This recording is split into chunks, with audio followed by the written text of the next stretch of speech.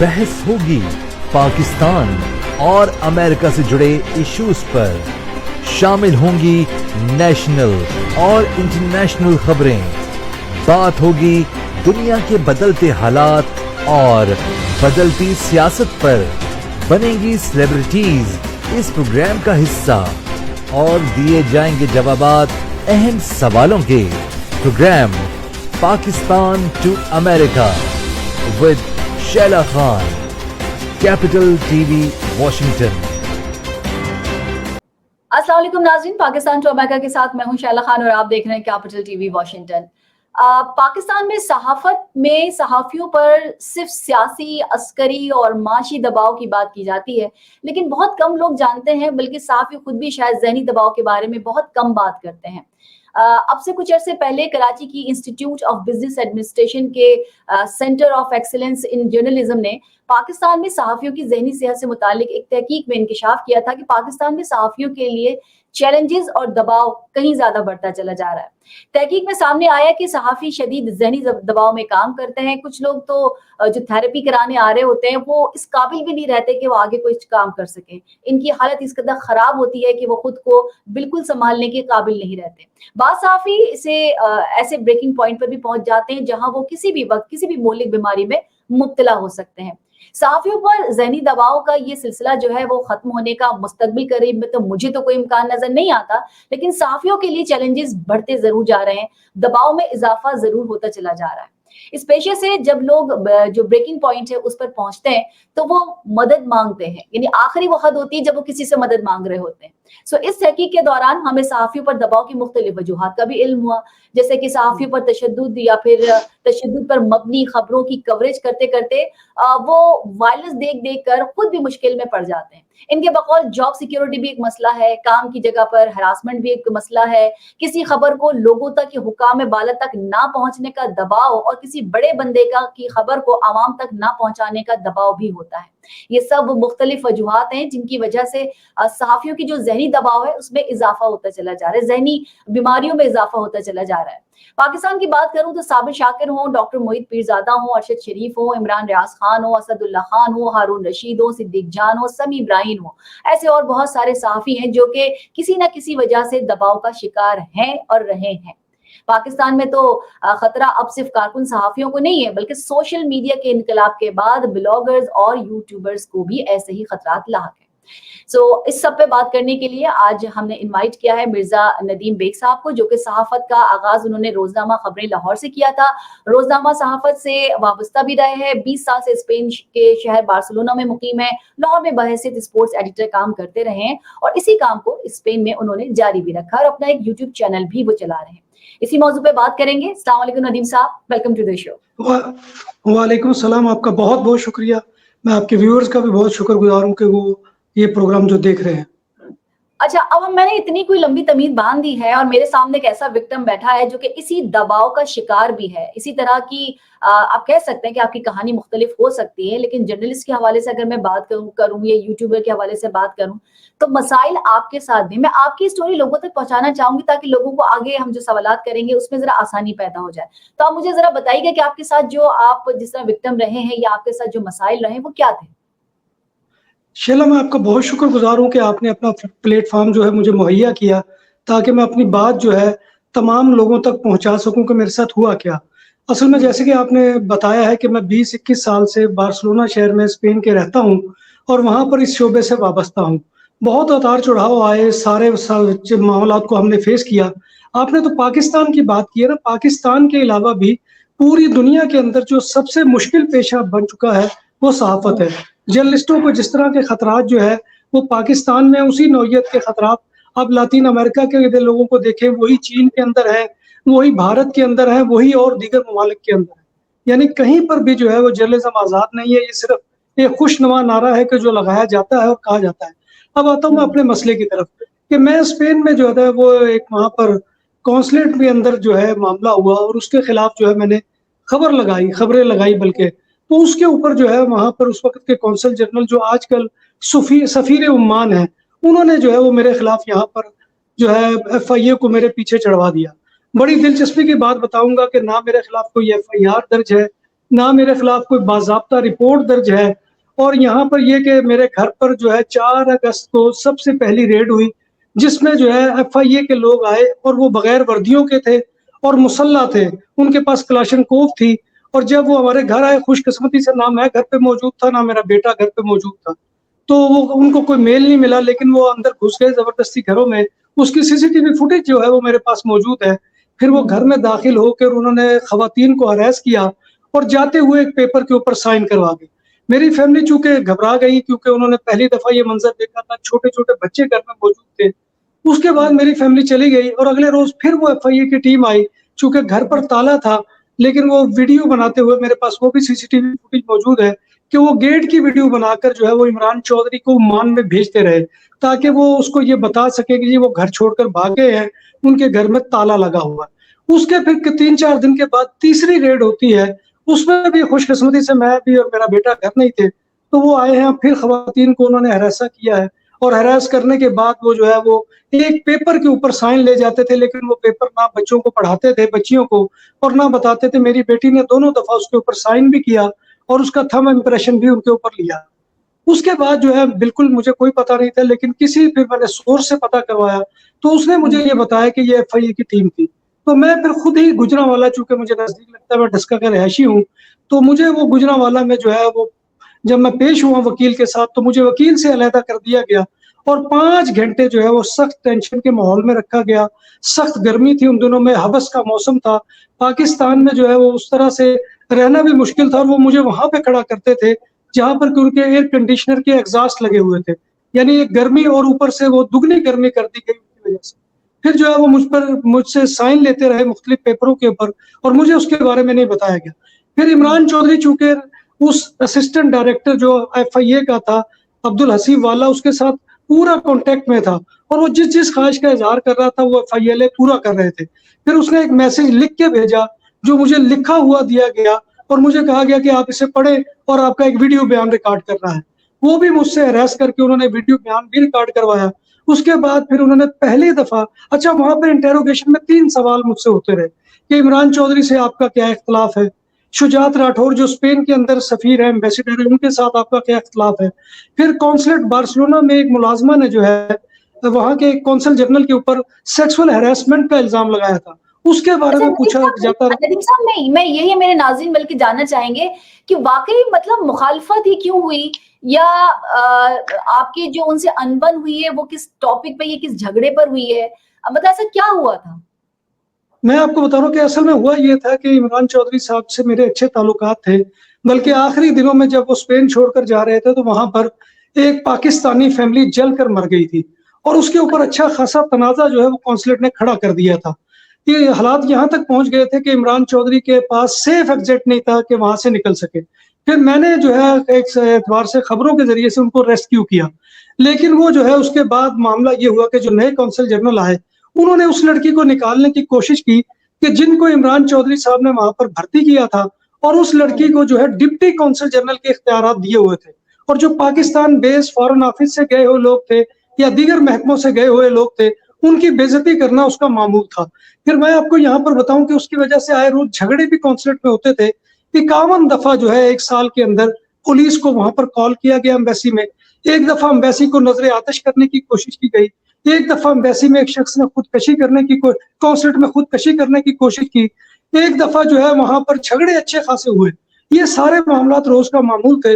اور جب consul general Mirza Salman Babar Baig جو ان کی جگہ آئے تھے عمران چودھری کی, جب انہوں نے اس خاتون کو فارغ کرنے کی کوشش کی تو مبینہ طور پر انہوں نے جو ہے ہراسگی کا الزام لگا دیا کہ انہوں نے مجھے سیکسولی ہراس کیا ہے. اس کے بعد جو ہے یہ جھگڑا شروع ہوا ہے. ٹھیک ہے, مطلب ایک خاتون سے یہ جھگڑا شروع ہوا ہے یا آپ کی رپورٹنگ سے جھگڑا شروع ہوا ہے, جبکہ وہ پہلے آپ کے دوست بھی تھے اور اس کے بعد یہ یہاں تک کہانی پہنچی ہے. اچھا اس وقت آپ کہاں ہیں؟ اس وقت آپ پاکستان میں ہیں؟ جی میں پاکستان میں ہوں. میں یہ بھی بڑا ستم آپ کے ساتھ بتاؤں کہ وہ میں نے جب وہ ساری ہراسگی برداشت کی ایف آئی اے کی, اس کے بعد جو ہے میں 15 کو میری فلائٹ تھی بارسلونا کے لیے. تو میں جب بارسلونا لاہور ایئرپورٹ پر گیا ہوں, وہاں سے میں نے فلائی کرنا تھا, اتحاد ایئر ویز کی میری جو ہے فلائٹ تھی, تو میں وہ گیا ہوں, میری بورڈنگ ہو گئی ہے. جب میں پاسپورٹ کنٹرول کے کیبن پر پہنچا ہوں, وہاں پر میرا پاسپورٹ جو ہے وہ ایگزٹ کی مہر کے ساتھ سٹیمپ ہو چکا ہے. وہ काउंटर वाला जो है वो मुझे पासपोर्ट देने लगा तो फौरन उसने खींच लिया। जैसे कोई कंप्यूटर में बग आ जाता है या कोई जो है वो कोई मैसेज आ जाता है अचानक से, तो मुझे कहता है जी आपका नाम तो पीसीएल में शामिल है, यानी पासपोर्ट कंट्रोल लिस्ट में, यानी कि मुझे ब्लैक लिस्ट कर दिया गया। जब मैंने पूछा कि वजह क्या हुई है, तो उन्होंने कहा जी आपका ओमान एम्बेसी से कोई मसला है। मैंने कहा जी मैं कभी ओमान गया ही नहीं हूँ, मेरा उससे क्या मसला होना है। लेकिन उन्होंने मुझे वहां पर 5 घंटे जो है बैठाए रखा एयरपोर्ट के ऊपर, और उसके बाद जो है वो मेरी जान बख्शी की है। तो मेरी डॉक्यूमेंट, मेरा पासपोर्ट, मेरा आईडी कार्ड, मेरा स्पेनिश रेजिडेंट कार्ड, वो जो है वो रख के और उन्होंने मुझे वहां से रिलीज किया है। तो ये दूसरा जुल्म हुआ है। लेकिन उससे पहले मैं एक चीज अर्ज करना चाहूंगा कि जब मैं गुजरांवाला ऑफिस में पेश होता रहा तो इंटेरोगेशन 3 मामलों पे होती रही कि इमरान चौधरी से आपके क्या ताल्लुक, क्या इख्तलाफात है, सफीर मैड्रिड से क्या इख्तलाफात है, और वो जो खातून है आमना उमर उससे क्या इख्तलाफात है। उसके बाद जो है मुझे नोटिस पहली दफा एक सर्व किया गया जो मुझे इससे साइन लिया गया।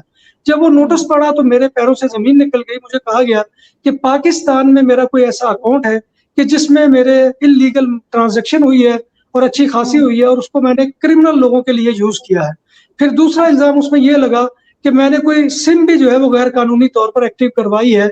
और जबकि मेरा ये मामला है कि ना पाकिस्तान में मेरा कोई अकाउंट है, क्योंकि 21-22 साल से स्पेन में मुकीम हूं, तो मुझे यहाँ पर अकाउंट रखने की कोई जरूरत ही नहीं थी। फिर दूसरा मसला ये हुआ कि मैंने कोई गैर कानूनी सिम नहीं, मैंने जुलाई में अपने अजीजों के इसरार पर, क्योंकि बाज दफा चूंकि मेरा व्हाट्सएप जो है वो स्पेनिश नंबर पे था, तो उन्होंने कहा जी आप यहाँ की लोकल सिम ले ताकि आपसे डायरेक्ट सिम पे थ्रू प्रॉपर चैनल जैसे यहाँ पे बायोमेट्रिक सिस्टम के साथ इशू होती है वो करवाई थी। ठीक है, तो ये सारी कहानी। ठीक है। तो आप इस वक्त पाकिस्तान में हैं, तो क्या दोबारा बार्सिलोना जाना चाहेंगे आप? ये जाने की परमिशन है आपको? क्यों नहीं, नहीं परमिशन नहीं है, क्योंकि मेरी डॉक्यूमेंट्स तो एफआईए की तहवील में है। लिहाजा मैं तो पाकिस्तान से फ्लाई नहीं कर सकता, क्योंकि ना मेरे पास आईडी कार्ड है, ना स्पेनिश कार्ड है, ना मेरे पास पासपोर्ट है। अब आपका आगे क्या करने का, फाइट करेंगे आप, हाजिरी देंगे वहां पर, बाकायदा इन केसों को देखेंगे, क्या करने का इरादा है आपका? जाहिर बात है कि भुगतूंगा, चूंकि मुझे बताया गया है कि मेरे सोर्स ने कि जी फॉरेन ऑफिस पूरा मेरे अगेंस्ट हुआ है एक सफीर की शिकायत के ऊपर। आप देखें कि अदारों का ये हाल है पाकिस्तान में कि पूरा फॉरेन ऑफिस जो है वो मेरे अगेंस्ट है। आप पाकिस्तान में देख ही रहे हैं कि मैंने जिन जिन लोगों के नाम लिए, मैंने जिन जिन सहाफियों के नाम लिए, आप तो माशाल्लाह खैरियत से हैं, लेकिन बाकी मैंने आपको बताया, आपने इमरान रियाज को देखा, उनकी जो ज़हनी हालत है, इसी तरह से आपने अरशद शरीफ को देख लिया, जिस तरह से बस दुनिया से गए। आपने साबिर शाकिर को भी देखा है जो पाकिस्तान में वो आ ही नहीं सकते। तो पाकिस्तान के हालात तो हैं ही खासे बिगड़े हुए। लेकिन मैं वैसे एक जनरल सवाल पे मैं आती हूँ। ये तो आपने मुझे स्टोरी बताई कि आपकी बदकिस्मती कहूँ या मैं आपकी क्या कहूँ कि या खुशकिस्मती कहूँ, कम से कम आप पाकिस्तान में हैं, या कम से कम आप यहाँ पे फाइट कर लेंगे। लेकिन बदकिस्मती ये है कि आपकी जॉब वहां पर है, आपके बाकी जाहिर है कि आप वहां पर रहते हैं, तो आपका एक करियर भी है, वो शायद दाव पे लगे। लेकिन वैसे जनरल में बात अगर चाहूँ कि जब इंतहाई गैर महफूज समझने लगे हैं पाकिस्तान की, और सब जगह की अगर मैं कहूँ, फिलहाल पाकिस्तान की मैं बात करूंगी क्योंकि हम पाकिस्तानी और हमें जो भी चीज फेस करना पड़ती है पाकिस्तान के ही थ्रू फेस करना पड़ती है। तो कितनी ज़हनी कोफ्त और एक गैर यकीनी सूरत हाल से एक सहाफी को गुजरना पड़ता है कि वो किसी भी वक्त किसी भी बड़े टेंशन के सबब किसी बड़ी बीमारी में मुब्तला हो सकता है। आपके साथ भी ऐसी अनसर्टिनिटी रहती है, ऐसी गैर यकीनी सूरत हाल रहती है, उसमें आप बीमार अपने आप को फील लगता है आपको कि मैं बीमार हूँ? शीला, मैं आपको बताऊं कि मेरा जो है 21-22 साल वहां पे स्टे है बार्सिलोना में, और मैं क्वालिफाई करता हूं वहां की पासपोर्ट यानी नेशनलिटी लेने के लिए। लेकिन मैंने हुब्बुल वतनी के जज्बे के तहत, क्योंकि स्पेन का पाकिस्तान के साथ डुअल नेशनलिटी का कॉन्ट्रैक्ट नहीं है, एग्रीमेंट नहीं है, तो मैंने वहां पर सिर्फ पाकिस्तानी पासपोर्ट नहीं छोड़ा कि मैंने कहा यार ग्रीन पासपोर्ट मेरी पहचान है। लेकिन मैंने जब ये तजर्बे से गुजरा हूं तो अब मैं चाहता हूं, मैं बल्कि हर पाकिस्तानी के लिए ये दुआ करता हूं कि अल्लाह ताला उसको दे और वो कहीं ना कहीं जाके यूरोप में या अमेरिका में या कनाडा में नेशनलिटी ले, ताकि उसका कैरियर तो किसी एतबार से महफूज हो सके। जैसे अभी आपने सहाफियों का नाम लिया, मैं 2 सहाफियों का जिक्र करूंगा। मुदस्सर नहरू भी एक सहाफी है कि जो बहुत अरसे से मिसिंग है और उसका कहीं पर कोई पता नहीं है कि कहाँ पर है। उसकी फैमिली जो है वो इस्लामाबाद हाई कोर्ट में चक्कर लगा लगा कर जो है वो हलकान हो चुकी है। उसका एक छोटा सा बच्चा था जो अब 5-7 साल का बच्चा हो गया है। इसके अलावा आपको मालूम होगा कि शहजाद को कत्ल करके मंडी बहाउद्दीन के पास एक नहर के करीब फेंक दिया गया था। तो हामिद मीर को जैसे कराची में गोलियां मार दी गई थी, تو پاکستان میں تو کوئی کسی اعتبار سے کسی کا بھی کوئی جو ہے وہ نہ کیریئر محفوظ ہے، نہ کوئی جان محفوظ ہے، نہ کوئی عزت. اور میں ان تینوں چیزوں کا یہاں پر سفر کیا ہے. سب سے پہلے جب میرے گھر پہ ریڈ ہوئی ہے تو میں پورے محلے بلکہ پورے علاقے میں ذلیل ہوا ہوں. لوگ سمجھتے رہے کہ پتہ نہیں کتنا بڑا کرمنل ہوں کہ جو اس طرح سے لوگ جو ہے وہ میرے گھر میں داخل ہو رہے ہیں. پھر میرے جو ہے آپ دیکھیں کہ میرے کیریئر سے کھیلا گیا، میرے کیریئر کو خراب کرنے کی کوشش کی گئی اور مجھے پاکستان سے جانے سے روک دیا گیا. حالانکہ میرے پاس سب کچھ تھا. اور یہاں پر یہ بھی بات بتا دوں کہ نہ میرا پاکستان میں کوئی کرمنل ریکارڈ ہے. ابھی تھوڑے دن پہلے میں نے یہاں پہ پولیس جو ہے وہ کریکٹر سرٹیفکیٹ نکلوایا تو اس میں میرا لکھا ہوا ہے کہ کوئی کرمنل ریکارڈ نہیں ہے میرا. اور اسپین کے اندر بھی میری یہی کیفیت ہے. نہیں یہ وجہ نہیں ہے، یہ لیکن اب وجہ میں نہیں یہاں ہے. پر ایسے مجرموں کی ندیم طرف. صاحب کسی کو ٹارگٹ کرنے کے لیے پاکستان میں اب کوئی وجہ نہیں ہے. یہاں آپ کو کہیں جی قانون جی نہیں بالکل. ملے گا، یہاں کہیں کوئی آئین نہیں ملے گا. یہاں پر کسی بڑے سے اگر آپ کی پرخاش ہو جائے یا آپ کے ساتھ آپ اس کی زبان نہ بولتے ہو تو بہت کچھ ہو جاتا ہے. اس میں اب یہ کہیں پہ بھی نہیں لکھا ہوا کہ آپ کا اس جرم کو کرنا بنتا ہے، یعنی کہ آپ نے وہ جرم کیا ہے تو جی آپ اس کٹہرے میں کھڑے ہوئے ہیں یا آپ کی یہ سزا بنتی ہے. اب تو کچھ اور چیزیں ہیں کہ اگر تو کسی کو سمجھ میں کوئی چیز نہیں آ رہی ہے تو پھر وہ آپ وکٹم بن جاتے ہیں. اچھا میں اس سے ہٹ کے میں اگر آپ سے بات کروں تو کوئی پلیٹ فارم آپ نے یوز کیا کرنے کی کوشش کی؟ اتنے عرصے آپ بارسلونا میں رہے، وہاں کسی بڑے آفیسر سے یا وہاں کسی جس طرح کہ آپ کہہ رہے ہیں کہ یہ اس لیول کے یعنی کہ جو دو لوگ ہیں اسی لیول کے کسی بارسلونا کے کسی گورنمنٹ کے لیول کے بندے سے آپ نے بات کرنے کی کوشش کی، کچھ صلح صفائی کرنے کی کوشش کی، کچھ میسج آپ نے جی کنوے میں کیے کہ ابھی نہیں ہوگا؟ جی مجھے ایف آئی اے نے جو ہے آخر کے اوپر اس چیز پر بھی مجبور کیا کہ میں عمران چودھری صاحب کو فون کروں. تو میں اچھا ان کے پریشر کے اوپر، ان کے دباؤ کے اوپر جو ہے عمران چودھری صاحب کو ذاتی طور پہ بھی فون کیا اور میری فیملی میں نے بھی ان کو فون کیا، میری اہلیہ نے. لیکن وہ شخص جو ہے وہ بالکل اکڑا ہوا ہے اور وہ کسی طور پر بھی جو ہے مفاہمت کے لیے تیار نہیں. اس نے پھر کنڈیشنیں لگانی شروع کر دی کہ اب میں اس خاتون سے معافی مانگوں، پھر اس سے نہیں معافی مانگوں. پھر اس نے ایک تحریر لکھ کے مجھے بھیجی ہے کہ میں فیس بک پیج کے اوپر یہ پبلش کروں کہ میں معافی چاہتا ہوں آمنہ عمر سے، شجاعت راٹھور سے، عمران چودھری سے. ان کے بارے میں جو چھاپا وہ ڈس انفارمیشن تھی اور میں جو ہے اب یعنی کہ پاؤں پڑ جاؤں، اس سے آگے تو اور کچھ نہیں کہہ سکتا. تو آپ کو کیا لگتا ہے یہاں وزیر اعظم عمران جو ایکس پرائم منسٹر تھے عمران خان، انہوں نے معافی نہیں مانگی تھی کہ وہ ایک فیمیل جج تھی، خاتون سی؟ ان سے کیا کہا تھا؟ جو کچھ کہا تھا وہ اتنا زیادہ برا بھی نہیں تھا، انہوں نے ایک بات کہی تھی اور اس کے بعد تو بے شمار ایسی باتیں ہو چکی ہیں. لیکن عمران خان سے معافی منگوائی گئی، پھر انہوں نے معافی مانگی، معافی اس وقت کچھ نہیں کہا گیا، بعد میں پھر وہی کیس چلتا رہا. تو آپ کو تو اندازہ پاکستان میں نہیں ہے؟ یہی تو میرے ساتھ ہوا نا شیلا. دیکھیں میرے ساتھ یہی ہوا کہ میرے ساتھ ریٹن جو ہے معافی نامہ لیا گیا، اس کے علاوہ ویڈیو بنائی گئی. اس کے باوجود پھر مجھے جو ہے وہ یعنی کہ ناک رگڑوانے کی کسر رہ گئی ہے، وہ پوری جی کرنا چاہتے ہیں تو وہ کرتے دعا رہے. لیکن کرتے میں ہیں نے آپ ندیم صاحب، دعا ہی کر سکتے ہیں کیونکہ اس وقت سب دعاؤں پہ چل رہے ہیں. ہمارا تو پاکستان ملک بھی دعاؤں پہ چل رہا ہے. ہمارے ساتھدار کہہ رہے تھے کہ ملک کو چلانا ہے تو دعا کیجیے اللہ تعالیٰ سے کہ جی ملک جو چلتا رہے. کچھ اللہ حوالے کر دیا تھا انہوں نے، ہم سب اللہ حوالے چل رہے ہیں. لیکن میں ایک ویسی جنرل بات اگر کروں تو صحافیوں کے دفتر میں ویسے آنے کا ایک ٹائم ہوتا ہے، جانے کا نہیں ہوتا. آپ نے دیکھا بہت سارے مطلب آپ لوگ کور کرتے ہیں، بم دھماکے کور کرتے ہیں، قتل کی واردات کور کرتے ہیں، ایکسیڈنٹ کور کرتے ہیں. تو یہ رپورٹنگ جو کہ آپ کر رہے ہوتے ہیں اس کا کسی بھی انسان پر اس سے الگ ہٹ کے اگر اس کیس کو الگ ہٹ کے بتائیں تو کتنا اثر ہوتا ہے؟ بہت اثر ہوگا. میں آپ کو بتا رہا ہوں کہ پاکستان میں جس دور میں کام کرتا رہا ہوں یہاں لاہور کے اندر صحافت میں، تو اس دور میں تو 4 ماہ ہم تنخواہ کا منہ نہیں دیکھتے تھے. یعنی کہ یہ کیفیت تھی کہ بیگار لیا جا رہا تھا ہم سے اور بیگار ہم کر رہے تھے. تو لیکن بعد میں حالات اگر بدلے بھی تھے تو کوئی اتنے اچھے نہیں تھے کہ جس پہ ہم یہ کہہ سکے کہ ہم کوئی عیاشی کر سکے. یہی وجہ ہے کہ مجھے پھر جو ہے یورپ جانا پڑ گیا. تو یہ حالات ہے یہاں پر اچھا صحافیوں کے پاکستان لیے. میں یہ بھی کوئی تو ہے نا کہ تنخواہیں آپ لوگوں کی یا صحافیوں کی کم ہوتی ہیں اور ان کی اوقات کا جو ٹائمنگز ہیں وہ بہت زیادہ ہوتے ہیں. جیسے میں ابھی شروع میں کہہ رہی تھی کہ آنے کا وقت ہے جانے کا وقت نہیں ہے. تو یہ بھی تو ایک چلا پرابلم ہے یہ نا، جب ایک آسودہ نہیں ہوگا، چاہے وہ صحافی ہو چاہے کوئی بھی شخص ہو، وہ آسودہ نہیں ہے، اس کی فیملی کچن کو رن کرنے کے لیے پیسہ نہیں ہے یا اس طرح نہیں ہے جس طرح کے حالات ہو رہے ہیں اور اب مہنگائی اور اس سے نبرد آزما ہونے کے لیے، تو ایک صحافی کتنا اچھا کام کر سکتا ہے یا کر پائے گا اس لیول کا جس سے کہ اس کی سے ایکسپیکٹ کیا جا رہا ہوتا ہے؟ کہاں کرتا ہے؟ دیکھیں نا آپ صحافیوں کے چہرے آپ کبھی جا کے پریس کلب میں دیکھیں یا کسی دفتر میں جا کر دیکھیں، آپ کو وہ ایک بندے کا چہرہ دیکھ کر پوری کتاب آپ لکھ سکتی ہیں جو اس کی کیفیت ہوتی ہے. کیونکہ وہ کام تو کر رہا ہوتا ہے لیکن اس کے چہرے پر یہ ہوتا ہے کہ میں نے بجلی کا بل کیسے دینا ہے، میں نے گھر کا کرایہ کیسے دینا ہے، بچوں کی فیسیں کیسے ادا کرنی ہے، कांस्टेबल अगर कोई शहीद होता है किसी बम धमाके में तो उसकी पेंशन का इंतजाम भी हो जाता है, उसके लिए हुकूमत कोई ऐलान भी कर देती है।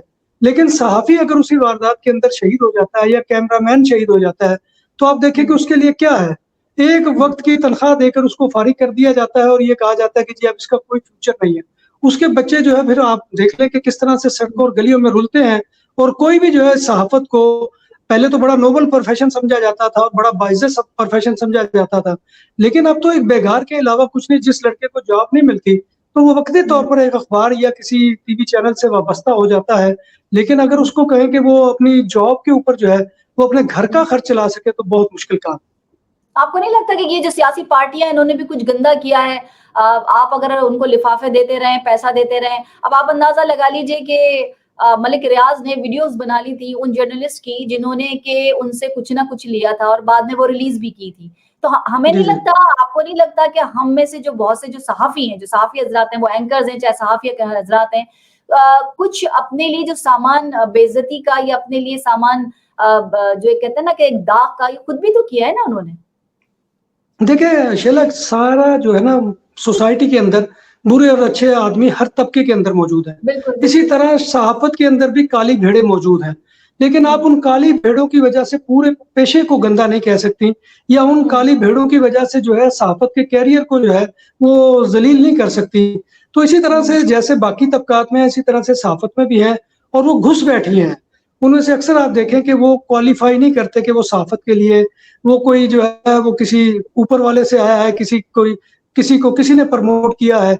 और फिर आप देखिए कि आजकल सहाफ़त जो है पाकिस्तान के अंदर वो एक तिजारत बन गई है, कि जिस बंदे हुँ, की कोई 2-4 फैक्ट्रियाँ हैं, 2-4 वो उसने जो है वो कोई कारखाने लगा लिए हैं, या वो रियल एस्टेट से ताल्लुक़ रखता है, तो वो इनके हुँ। मालिकान हैं। क्योंकि उन्होंने अपने आप को बचाया, क्योंकि सहाफ़ियों ने उनके ऊपर हमले करने शुरू कर दिए थे। अब वो ऐसी आड़ हुँ, लेकर बैठे हैं कि पाकिस्तान का कोई इदारा भी उनको जो है वो तंग नहीं करता। तो ये जो है ये हुँ, असल में फ़साद की जड़ है, कि सहाफ़त हुँ, को सहाफ़त नहीं रहने दिया गया। इसको एक हुँ। ऐसा पेशा बना लिया गया है कि जिससे जो है शोहरत हासिल की जाए, अर्निंग हासिल की जाए और लोगों का जो है इस्तेहसाल किया जाए।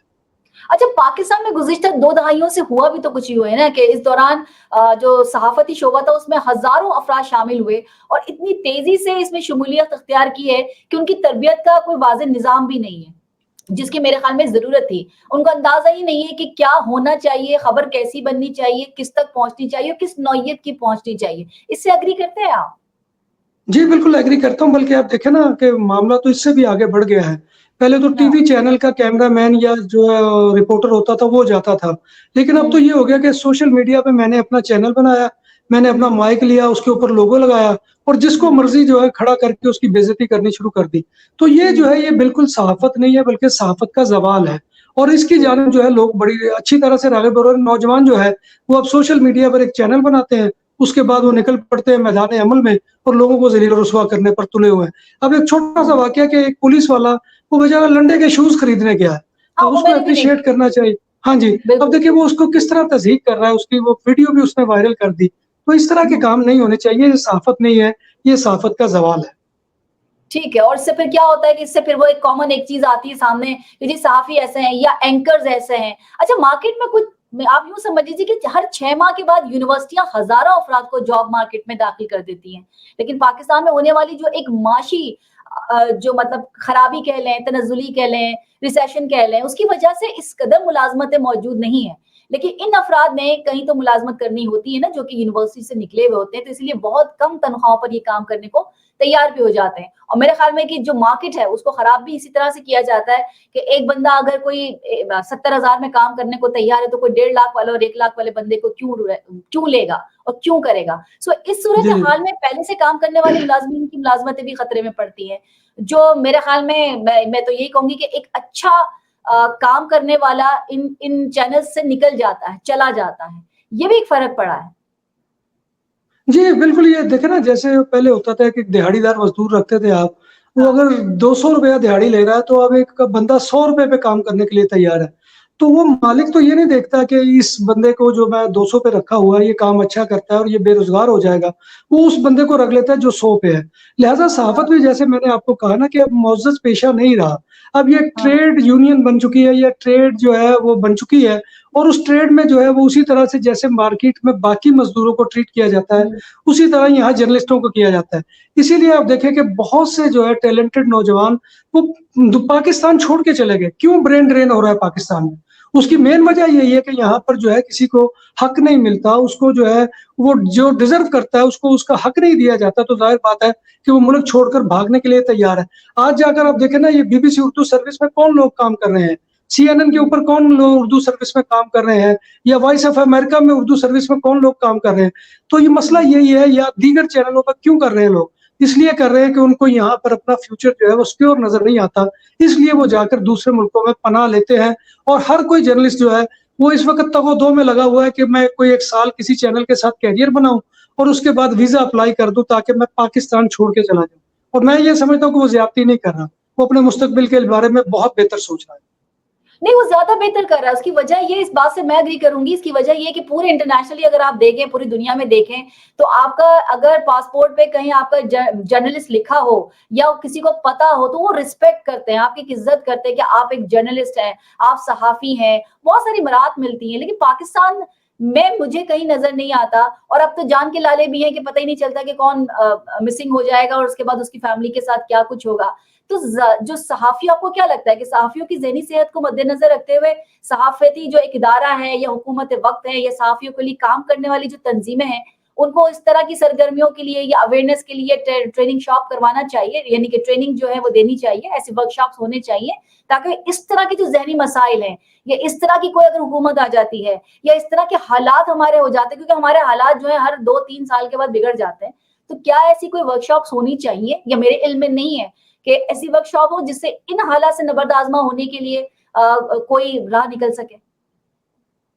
دیکھیں شیلا, اصل میں پاکستان میں بہت بدقسمتی اس اعتبار سے بھی ہے کہ یہاں پر جو جرنلسٹوں کی تنظیمیں ہیں یا آرگنائزیشنز ہیں وہ خود تقسیم در تقسیم کے عمل سے دو چار ہیں.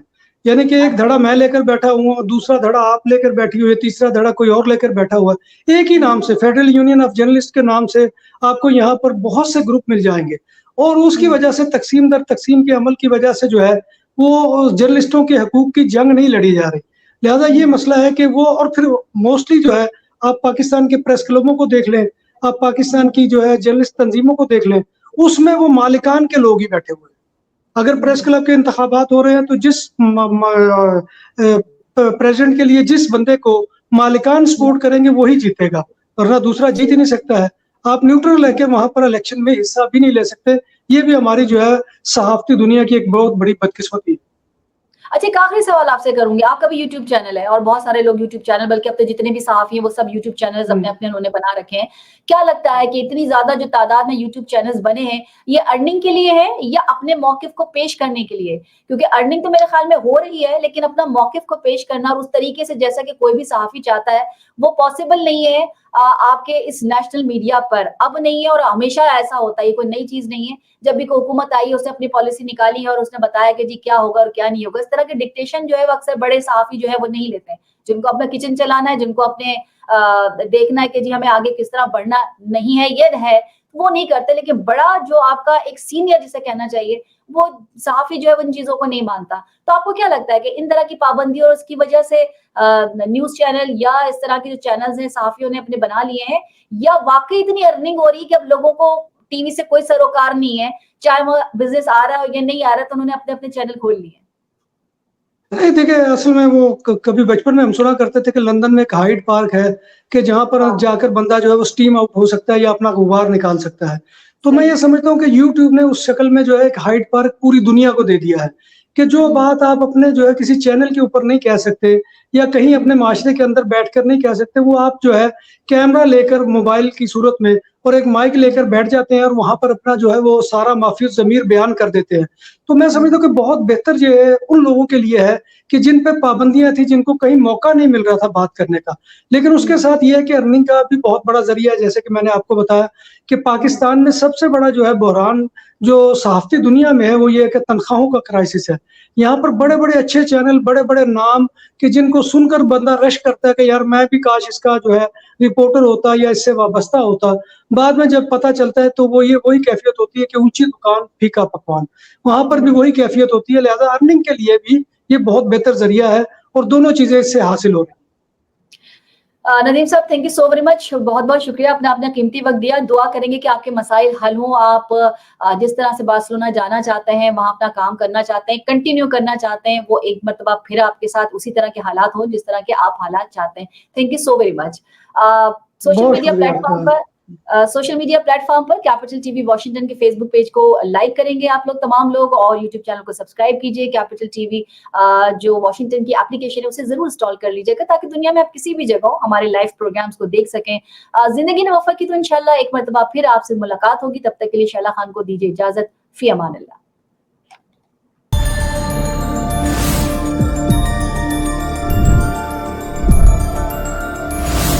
You are watching Capital TV Washington,